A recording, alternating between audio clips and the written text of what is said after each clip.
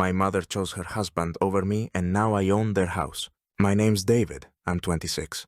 So here's the story of how my mom chose her lazy husband over her son. And in the end, I became the owner of their house. There was nothing heroic about this, just one long, brutal irony that life threw at me. Let's start from the beginning.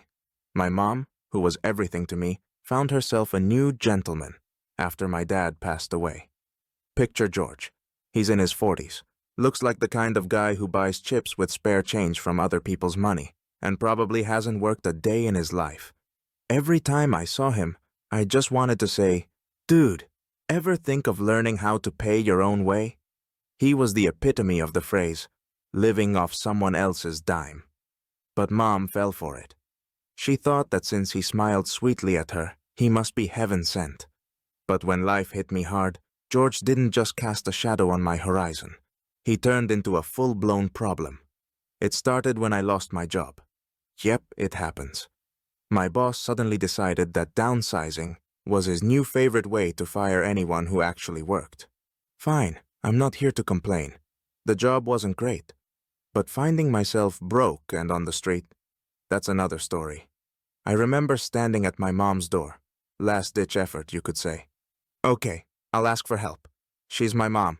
She won't turn me away, I thought, trying to reassure myself. But nope, it wasn't Mom who opened the door. It was our hero of the day, George. And that's when the circus started. I said, "Can I stay for a few days until I find a new job?" And he replied, "I think your mom doesn't want you to stay here." What? Seriously? My own mother? She'd always told me I was her only son, her sunshine and all that, but apparently George was running things here. So I endured the humiliation when my mom actually confirmed it, saying, "Well, George is right. It's cramped here." Are you kidding me?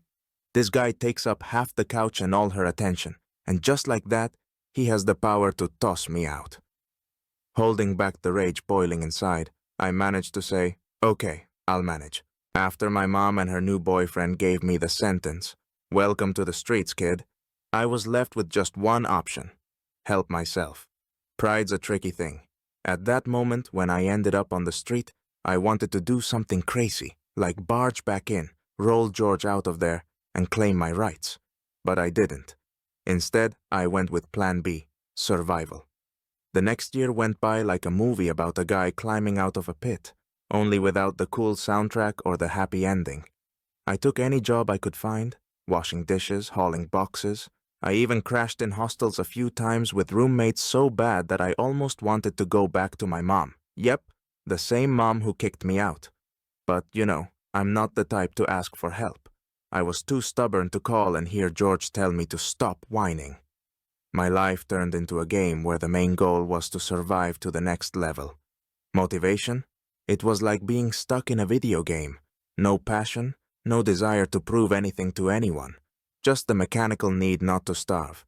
And I thought I'd keep going like that until one day I got the message. Apparently, my dear mom and George had racked up more debt than they could handle, and their beloved house was going up for auction. What a plot twist, huh? This was my chance. So bold and risky that even the devil himself would shake his head. I quickly pulled myself together, called a few friends, those who could lend me a small loan. The plan was thinner than a thread. Gather the money fast, make a bid, and if luck was on my side, I'd become the owner of the house that I'd be taking back from George and Mom. A little harsh, yeah? But hey, we all direct our own lives, right? When my bid went through and I officially owned the house, it took every ounce of restraint not to break into hysterical laughter right there in the empty living room. This was the universe's punchline, the moment that proved life could indeed serve up poetic justice. The house I'd been so generously kicked out of last year, now it was mine, down to the last tile and inch of hardwood, and I couldn't wait to see their faces when they found out.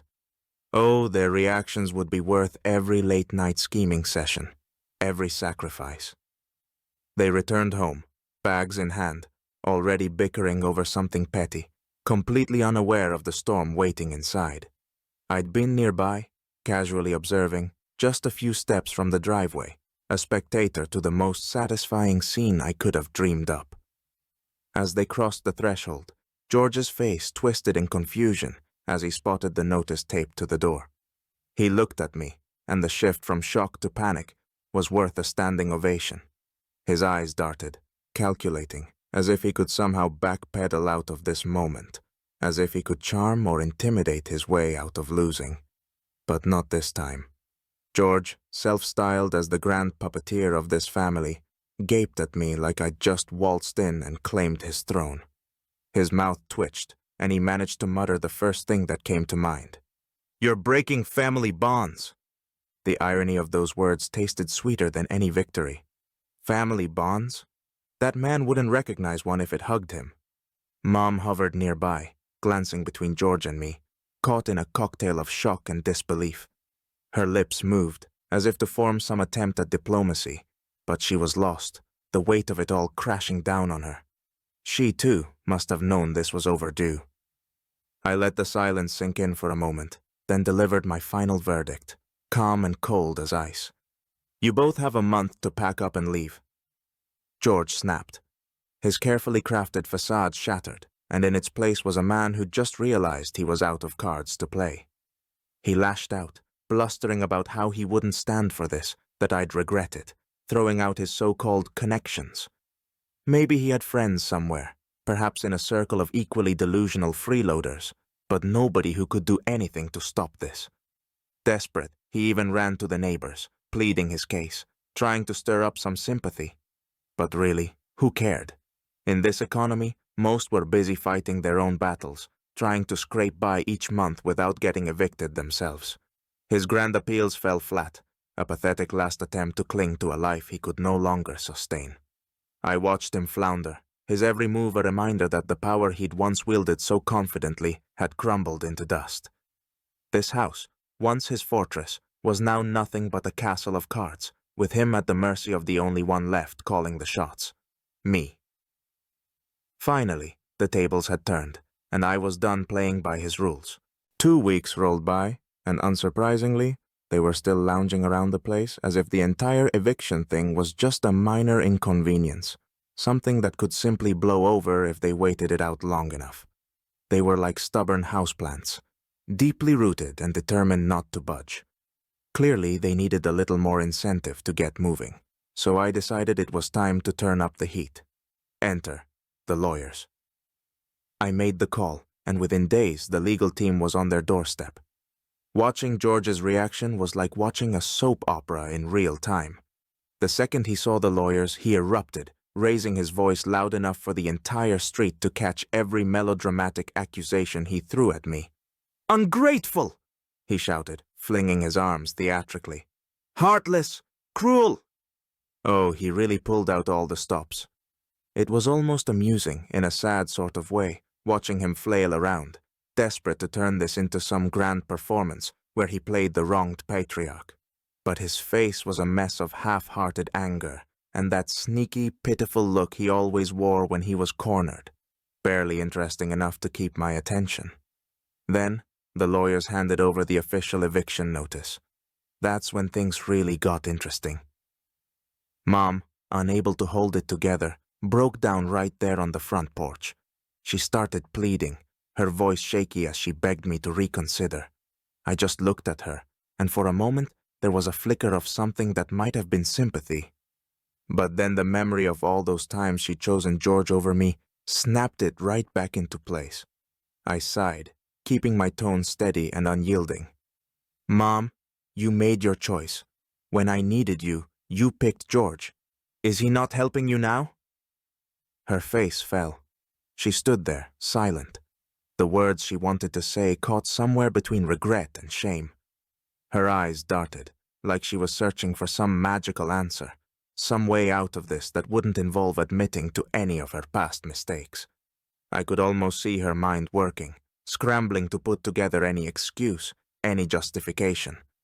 But she was coming up empty-handed.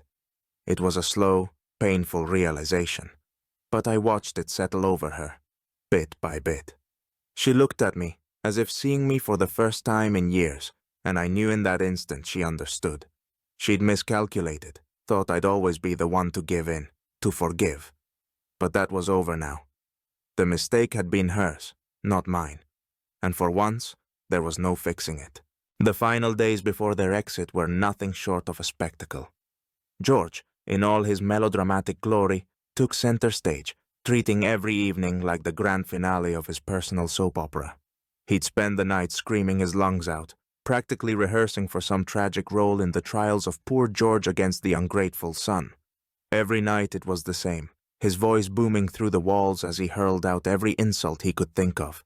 "You're worthless," he'd shout. "I'll make sure you regret this." It was almost comical. This man genuinely believed his threats would make me suddenly fall in line. But the only effect they had was lulling me closer to sleep with each performance. His attempts at scaring me into submission were exhausting, repetitive, and honestly, just a little sad. Then came the climax, the grand finale they'd been building toward, the day before the eviction. Their last-ditch scheme was to call the police, like that would somehow throw a wrench in my plans. Maybe they thought they could pull off some story about me being an intruder, a stranger trying to force them out. The absurdity of it was almost admirable. When the officers arrived, I was there, waiting. Every document perfectly organized and ready. The officers took one look at the paperwork, clearly accustomed to dealing with situations just like this one. They checked everything, barely concealing their amusement, confirmed my ownership, and left with a polite, "Good luck." George's face was a sight to behold. He looked like a deflated balloon, his last desperate attempt dissolving right in front of him. And then it was the final evening. I swung by the house to make sure everything was packed and ready for their departure the next day. The place felt strange, almost quiet, stripped of its usual chaos. As I approached, I saw Mom sitting alone on the porch, her head lowered. George was nowhere in sight, probably sulking somewhere, finally accepting that the curtain was about to fall on his little performance. This was it, my last chance to speak to my mom alone, without George's interruptions or theatrics. I stepped up to the porch, and for a moment, she didn't even look up, just sat there, lost in her own world. I could see the exhaustion in her posture, the weight of the realization she'd spent so long avoiding. When she finally glanced up, there was a look in her eyes I hadn't seen in years. Regret, maybe, or something close to it. But at this point, what could she say? The years of excuses, of choices that left me on the outside, stood between us like an impenetrable wall.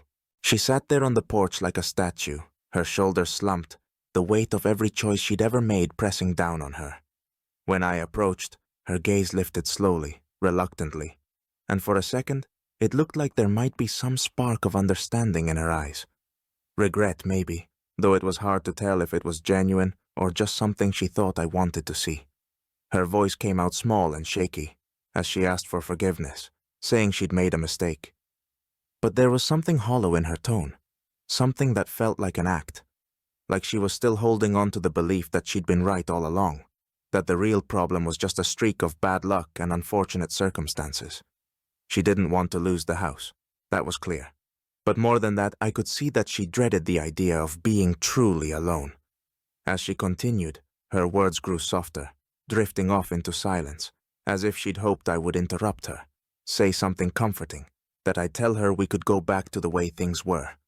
But I wasn't here to play the hero in her story, to come to her rescue. It was too late for that. She'd made her choices, one after the other, each time leaving me to pick up the pieces.